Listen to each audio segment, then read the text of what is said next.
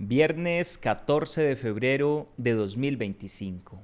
Sean bienvenidos, queridos hermanos, a este encuentro maravilloso con la palabra del Señor. Les invito para que nos pongamos en la presencia de Dios, en el nombre del Padre, del Hijo y del Espíritu Santo. Amén. Pidamos la luz y la asistencia del Espíritu Santo. Oh Espíritu Santo, amor del Padre y del Hijo, inspírame siempre lo que debo pensar, lo que debo decir, cómo debo decirlo, lo que debo callar, cómo debo actuar, lo que debo hacer para gloria de Dios, bien de las almas y mi propia santificación.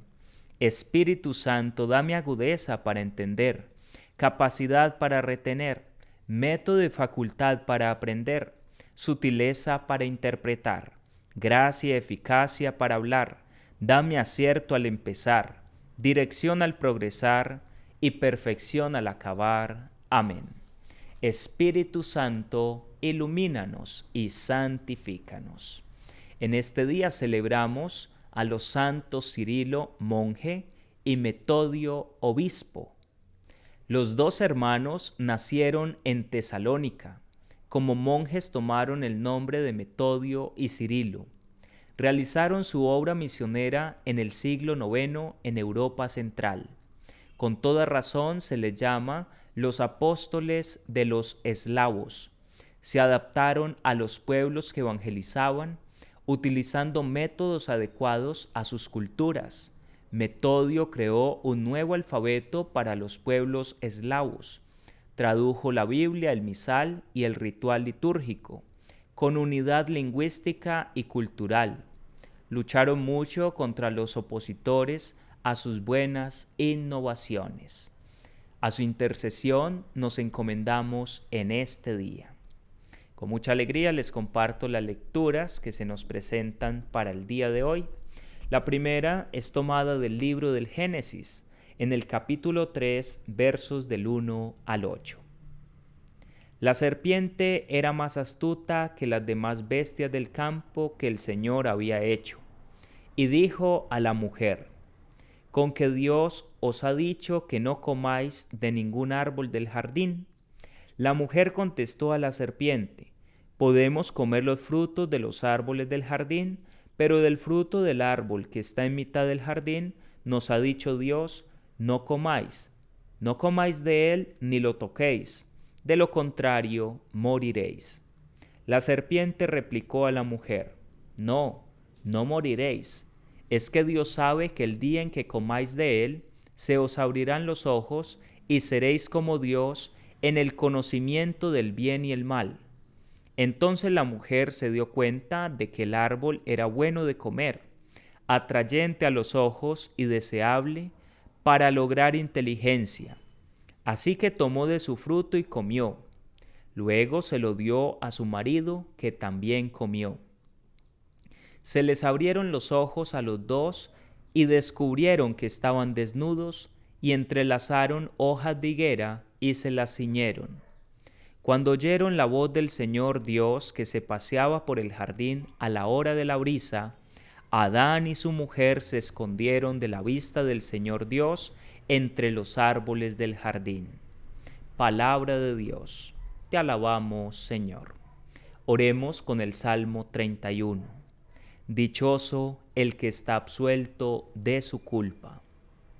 Dichoso el que está absuelto de su culpa, a quien le han sepultado su pecado. Dichoso el hombre a quien el Señor no le apunta el delito, en cuyo espíritu no hay engaño. Había pecado, lo reconocí, no te encubrí mi delito, propuse, confesaré al Señor mi culpa, y tú perdonaste mi culpa y mi pecado. Por eso que todo fiel te suplique en el momento de la desgracia, la crecida de las aguas caudalosas no lo alcanzará. Tú eres mi refugio, me libras del peligro, me rodeas de cantos de liberación. Dichoso el que está absuelto de su culpa.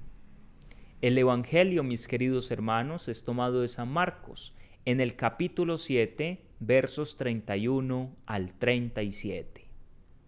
En aquel tiempo, dejando Jesús el territorio de Tiro, pasó por Sidón, camino del mar de Galilea, atravesando la Decápolis, y le presentaron un sordo que además apenas podía hablar, y le piden que le imponga las manos. Él, apartándolo de la gente a solas, le metió los dedos en los oídos, y con la saliva le tocó la lengua, y mirando al cielo suspiró y le dijo, Efetá, esto es, ábrete. Y al momento se le abrieron los oídos, se le soltó la traba de la lengua y hablaba sin dificultad.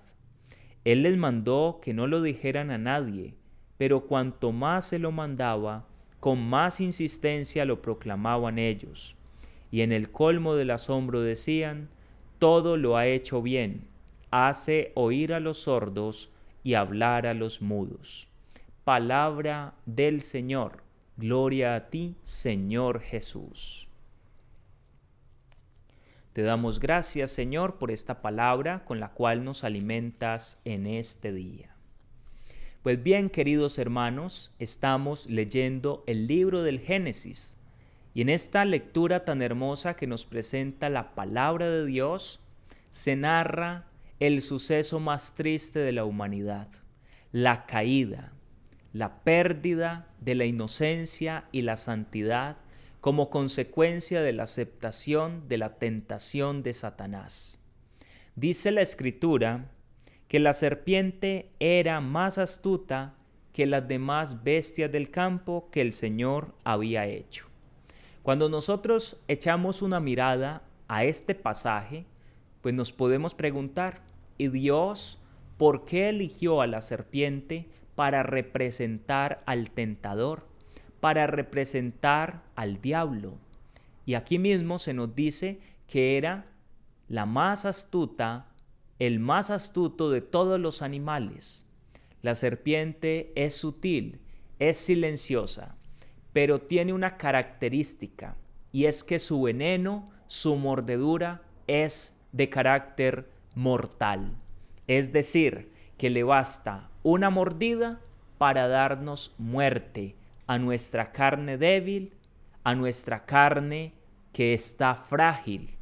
Y por eso la serpiente representa al tentador.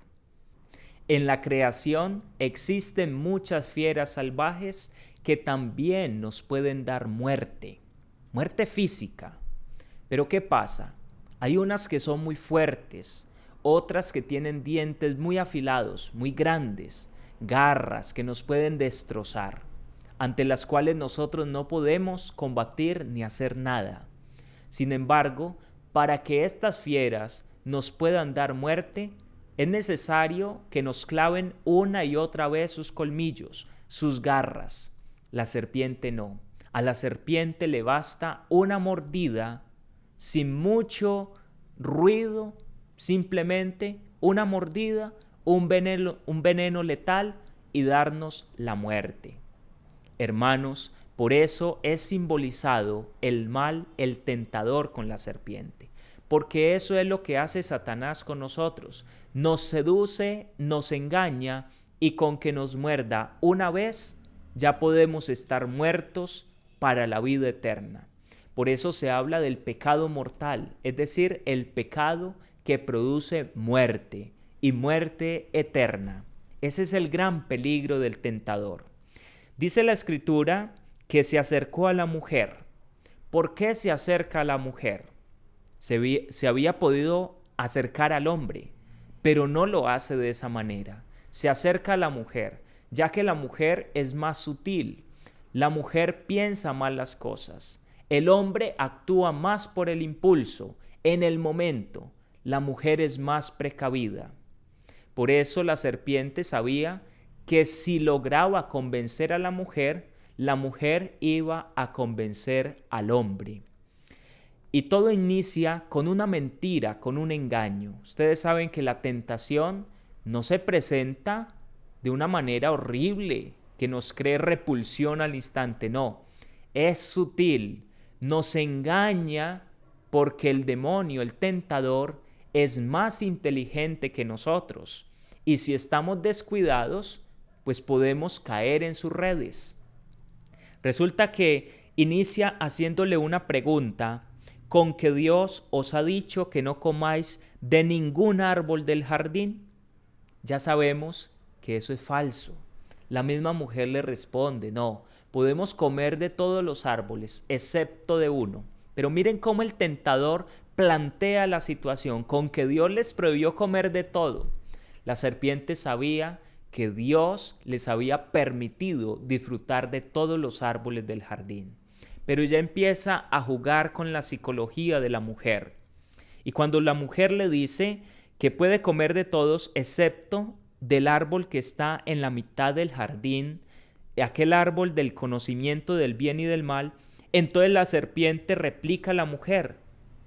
Cuando ésta le dice que si comen de ese árbol, morirán sin remedio. Le dice: no, no moriréis.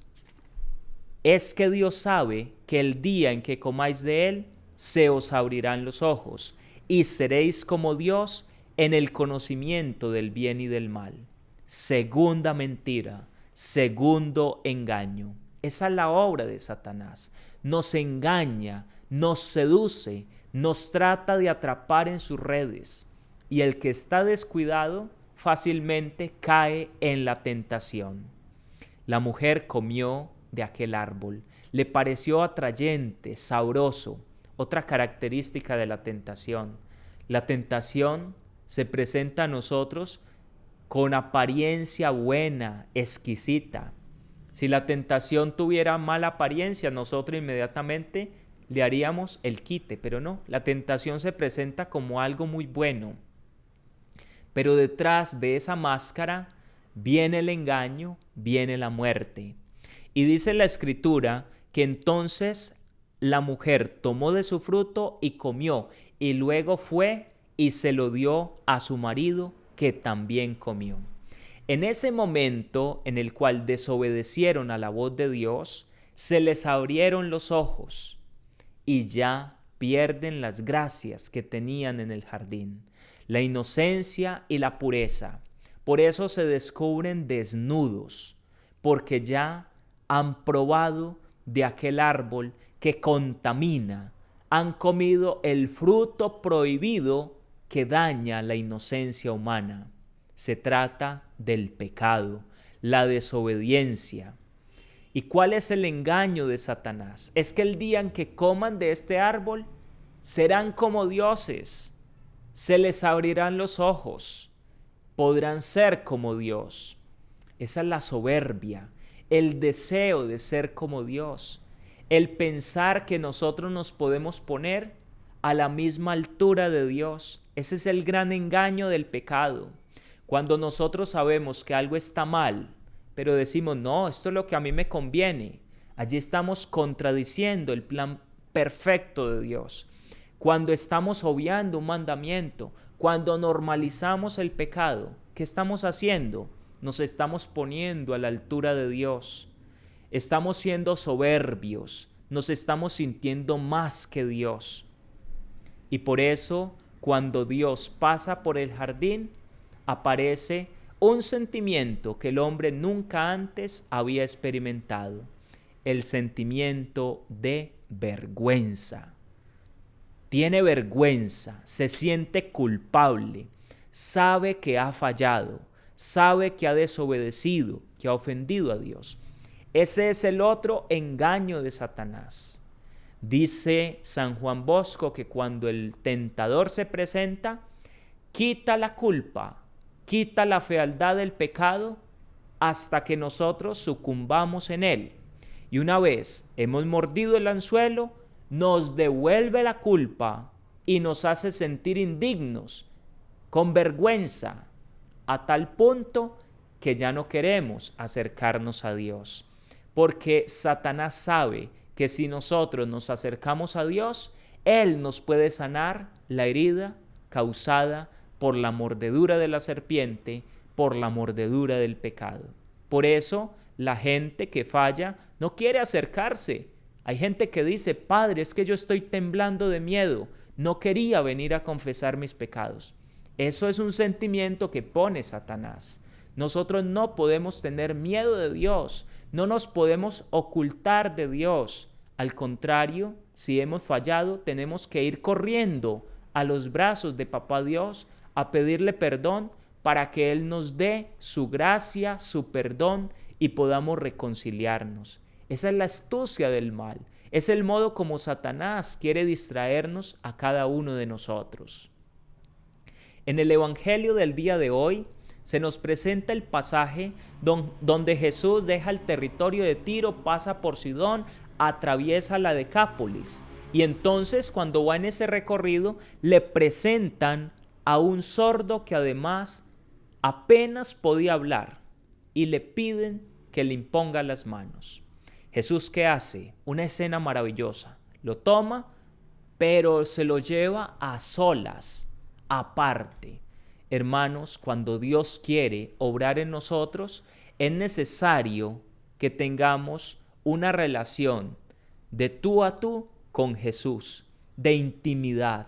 Jesús quiere sanar al sordomudo en la intimidad. No lo quiere hacer delante de todos, sino que lo llama aparte. Ese llamar aparte es ser llevados al desierto. Es la experiencia del retiro espiritual. Es la experiencia de intimar con Jesús, de escuchar su voz y dejarnos transformar por Él. Es la experiencia del que va a solas a hablarle a Jesús en el sagrario. Es un detalle muy importante. Y dice que le metió los dedos en los oídos y con la saliva le tocó la lengua. Y al instante pronuncia una palabra poderosísima, Efetá, que quiere decir ábrete. Jesús usa sus manos, usa su propia saliva, algo tan personal, tan íntimo como lo es la saliva, para poder sanar aquella realidad de este hombre que no podía hablar, no podía escuchar. Le introduce en sus oídos los dedos. Hermanos, creo que no hay cosa más fastidiosa que otra persona venga y nos introduzca sus dedos en los oídos. ¿Por qué? Porque es algo muy íntimo, es algo muy personal. Pues Jesús quiere intimar con nosotros, quiere adentrarse en nosotros. Por eso toma su propia saliva y la pone en la lengua de aquel sordomudo. Y aparte de esto, pronuncia una palabra sanadora, Efetá, ábrete. Pidámosle al Señor en este día que Él pronuncie sobre nosotros ese Efetá, porque a veces estamos sordos espiritualmente. Necesitamos ser tocados por la gracia de Jesús. Pidámosle a Él que hoy pase por nuestras vidas tocando y sanando. El Señor lo puede hacer. Para eso es necesario sacar un tiempo para estar a solas con Jesús. Pidámosle hoy esa gracia, poder retirarnos a lo íntimo de la oración, poder recogernos en el corazón y dejar que Jesús nos toque con sus manos, nos toque con su saliva y pronuncie sobre nosotros esa palabra, ábrete, para que se abran nuestros oídos y podamos escuchar su voz y su palabra que quiere transformarnos el corazón.